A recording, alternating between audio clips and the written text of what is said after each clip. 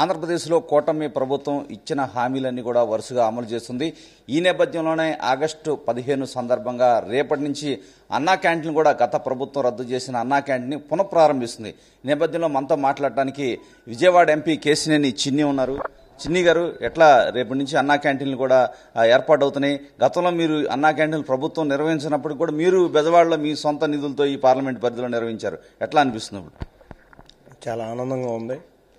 మేము ప్రతిపక్షంలో ఉండగా మా తెలుగుదేశం శ్రేణులు రాష్ట్రం మొత్తం నారా చంద్రబాబు నాయుడు గారి పిలుపు మేరకు ఎన్టీ రామారావు గారిని స్మరించుకుంటా వారు పెట్టిన పార్టీ కూడు గుడ్డ నీడ నిదానంతో వచ్చిన తెలుగుదేశం పార్టీలో కూడు అనే దానిలో చంద్రబాబు ఘనంగా స్మరించుకుందాం అని మన నారా చంద్రబాబు నాయుడు గారి పిలుపు మేరకు దాదాపు రాష్ట్రం మొత్తం మీద 350 అన్నా క్యాంటీన్లు ప్రారంభించడం జరిగింది. దాంట్లో ఆ యజ్ఞంలో నేను కూడా ఉమ్మడి కృష్ణా జిల్లాలో భాగమైనందుకు నాకు చాలా ఆనందంగా ఉంది.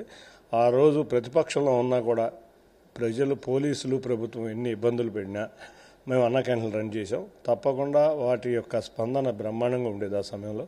అప్పుడు అది చూసి మా చంద్రబాబు నాయుడు గారు ఇది నిజంగా చాలా అద్భుతమైన పథకం, మనం ప్రవేశపెట్టిన పథకం ఈ ప్రభుత్వం రద్దు చేసింది, పేదవాడికి ఆకలి తీర్చాలనే దాంతో వచ్చి రాగానే 100 రోజుల్లో అన్నా క్యాంటీన్లు ప్రారంభిస్తామని చెప్పి వారి మాట మీద 60 రోజుల్లోపే అన్నా క్యాంటీన్లు ప్రారంభిస్తున్నందుకు చాలా రాష్ట్రం అంతా పండగ వాతావరణం నెలకొంది. ప్రజల తరపున వారికి ముందుగా ధన్యవాదాలు తెలియజేసుకుంటున్నాను. అంటే ఎట్లా, అంటే గత ప్రభుత్వం ఎందుకు రద్దు చేసింది, ఎట్లా మళ్ళీ ఇప్పుడు పెట్టడానికి ఆర్థిక అంశాలు, స్వచ్ఛంద సంస్థల విరాళాలు ఏమైనా సేకరిస్తున్నారు, ఏ విధంగా జరగబోతుంది ఈ కార్యక్రమం? మీరు చూస్తే 2014లో మేము 150 అన్నా క్యాంటీన్ ప్రారంభించాం. ఆ రోజు మీరు ఒక్కొక్క అన్నా క్యాంటీన్ ప్రాంగణం చూస్తే నిజంగా మనం 5 స్టార్ హోటల్లో రెస్టారెంట్లు ఏ విధంగా ఉండేవో అంత అందంగా, చక్కగా, హైజెనిక్గా, వేడిగా భోజనం ఆనందంగా చేసేవాళ్ళు.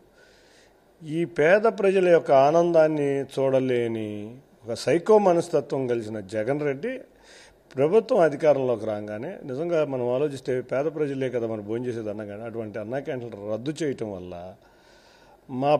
అతనికి ఏంటంటే పేద ప్రజలను చూస్తేనే ఒక అసహ్యం, కోపం, మంట. అందులో ముఖ్యంగా ఆంధ్రప్రదేశ్ను చూస్తే వారికి చాలా చిరాకు.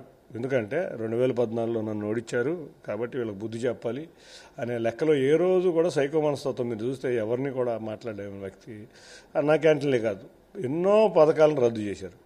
దాంట్లో భాగంగా మేము పెట్టిన అన్నా క్యాంటీన్లకు ఎంత స్పందన రావడం, చంద్రబాబు నాయుడు గారు రాగానే మళ్ళీ అన్నా క్యాంటీన్ ప్రారంభించడం, ఆయన ఎప్పుడు కూడా ఒక వినూత్నంగా ఆలోచించే వ్యక్తి కాబట్టి తిరుమల తిరుపతి దేవస్థానంలో అన్నదాన ట్రస్ట్ ఏ విధంగా పెట్టి అది సొంతగా వాటి నిధులతో అది నడిచే విధంగా ఏర్పాటు చేశారు. అట్లాగే వారు అన్నా క్యాంటీన్కి ఒక ట్రస్ట్ పెట్టి వాళ్ళ ప్రజలను కూడా భాగస్వాములు చేసి దాతలను విరాళంగా ఇచ్చి వాళ్ళ ద్వారా రాష్ట్రానికి పేద ప్రజలకు సేవ చేసే అదృష్టం వారికి కూడా కల్పించారు. అంటే రాష్ట్ర ప్రభుత్వం చేయొచ్చు, కానీ ఇటువంటి వినూత్న కార్యక్రమంలో ఎంతోమంది దాతలు వాళ్ళ తల్లిదండ్రుల పేరు మీద వాళ్ళ చాలామంది చేసే కార్యక్రమం ప్రతినిత్యం మనం చూస్తాం. వాళ్ళందరినీ దీంట్లో భాగస్వామ్యం చేయటం, వాళ్ళు కూడా ఆనందంగా పాలు పంచుకుని పిచ్చిన పిలుపుకి 2 రోజులకే భారీగా విరాళాలు చూస్తే ఎంత విరాళాలు వస్తున్నాయంటే త్వరలో ఒక సంవత్సరం లోపే ఈ అన్నదాన ట్రస్ట్ తన సొంత ఖర్చులతో తాను నిలబడి సొంతగా జరిగే విధంగా ఆయన చేయబోతున్నారు. అటువంటి ఆలోచనలు ఉన్నాయి కాబట్టే వారంత మహనీయుడు, గొప్ప నాయకులు అయ్యారు. అటువంటి వ్యక్తి మన ముఖ్యమంత్రిగా రావడం మన అదృష్టం. అంటే మరోవైపు రాజకీయంగా చూస్తే కనుక ఉమ్మడి కృష్ణా జిల్లాలో కక్ష సాధింపు ఎక్కువైపోయిందని విమర్శలు చేస్తున్నారు. నిన్న జోగి రమేష్ తనయుడిని అరెస్ట్ చేశారు. గతంలో కూడా వంశీ మీద, అదేవిధంగా కొడాల నాని మీద కేసులు పెడుతున్నారని వైసీపీ ఆరోపణలు చేస్తోంది. మీరు చూస్తే ఉమ్మడి కృష్ణా జిల్లాకి ఒకప్పుడు చాలా గొప్ప పేరు ఉండేది. ఆ గొప్ప పేరుని కొంతమంది నాయకులు మాటలు, భాష, అంతేకాకుండా చేష్టలు వల్ల 2019 నుంచి 24కి ఉమ్మడి కృష్ణా జిల్లాని అసహించుకునే స్టేజ్కి వచ్చింది. నిజంగా అది చాలా బాధ అనిపించింది మాకు. ఎందుకంటే ఆ రామారావు గారు పుట్టిన ఊరు, అక్కినేని నాగేశ్వరరావు గారు పుట్టిన ఊరు, ఇటువంటి ఎంతోమంది మహానుభావులు ఇక్కడ పుట్టారు. మనం చూస్తే చాలామంది ఇక్కడ పుట్టి పెరిగి చాలా పెద్ద పెద్ద నాయకులు అయ్యారు. అటువంటి సినిమా రాజకీయ నాయకులు అయ్యారు. ఇటువంటి వాళ్ళు అందరూ అంతేకాకుండా రేపు మనం జెండా బండ చేసుకునే జెండా పుట్టిన పింగళి వెంకయ్య గారు పుట్టిన ఈ విజయవాడ గడ్డ మీద ఈ కృష్ణా జిల్లాలో చాలా మనం చూసిన భాష కానీ మనం చూసిన వేషాలు కానీ చాలా అసహ్యంగా తయారైనవి. అటువంటి నేచర్ కలిగిన వ్యక్తులు వాళ్ళు చేసిన తప్పులు అగ్రిగోల్డ్ ఆస్తులని తమ సొంత నిధుల కింద ఆక్రమించుకుని రిజిస్ట్రేషన్ దొంగ రిజిస్ట్రేషన్ చేసుకుంటే అది ప్రభుత్వానికి దొరికితే అది తప్పు అంటే తప్పు కాదంటే నిరూపించుకో కోర్టులో. నువ్వు నిజంగా తప్పు కాకపోతే నిరూపించుకో. నీ A1 కింద నీ బాబాయ్, A2 కింద మీ అబ్బాయి నిజంగా పక్కన అగ్రిగోల్డ్ ఆస్తులు స్వాధీనం చేసుకున్నారా లేదా, దానికి రికార్డెడ్గా ఎవిడెన్స్లు అన్నీ దొరికినాయి. ఇవాళ గగ్గోలు పెడుతున్నాడు. ఆ రోజు గుర్తు రాలేదా నువ్వు చేసే అక్రమాలు, నువ్వు ఆస్తి సంపాదించుకునే సమయంలో ఎటువంటి అక్రమాలు చేయకూడదని గుర్తు రావట్లేదా? ఇవాళ రకరకాలుగా ఏదో ప్రజలను మభ్య పెడదాం అనుకుంటున్నారు. ప్రజలందరికీ తెలుసు ఇతను చేసిన అక్రమాలు, ఇతను చేసిన చేష్టలు. కాబట్టి నిన్న ఆయన ఇచ్చిన స్టేట్మెంట్ కూడా వాళ్ళు అసహ్యించుకుంటున్నారు. అంటే బలహీన వర్గాలపై జరిగిన దాడిగా వారు చెప్తూ ఉన్నారు. ఏదైతే ప్రభుత్వ వైఫల్యాలను విమర్శిస్తున్నందుకే టార్గెట్ చేసి బలహీన వర్గాల వ్యక్తినైనా నన్ను ఇబ్బంది పెడుతున్నారని జోగి రమేష్ చెప్తున్నారు. జోగి రమేష్ చేష్టలు రాష్ట్రం అంతా చూసినాయి. చంద్రబాబు నాయుడు గారిని నువ్వు విమర్శించిన విమర్శలు జగన్ అంతా చూసినాయి. నువ్వు అక్రమ భూదందాలు వాళ్ళ రాష్ట్రం అంతా చూస్తున్నాయి. నువ్వు కప్పిపుచ్చాలని చూసినా కూడా వాళ్ళ రాష్ట్రం అంతా చూస్తున్నాయి. బలుగు బలహీన వర్గాల పార్టీ తెలుగుదేశం పార్టీ కాబట్టి వాళ్ళ మా రాష్ట్ర అధ్యక్షుడు బలహీన వర్గాల వాడు, మా కేంద్ర మంత్రి బడుగు బలహీన వర్గాల వాళ్ళు. వాళ్ళకి మా క్యాబినెట్లో ఉన్న 8 మంది మంత్రులు బీసీ వర్గాలకు చెందిన మంత్రులు. ఇటువంటి ఎన్నో కార్యక్రమాలు తెలుగుదేశం పార్టీ వల్లే అవుతాయి.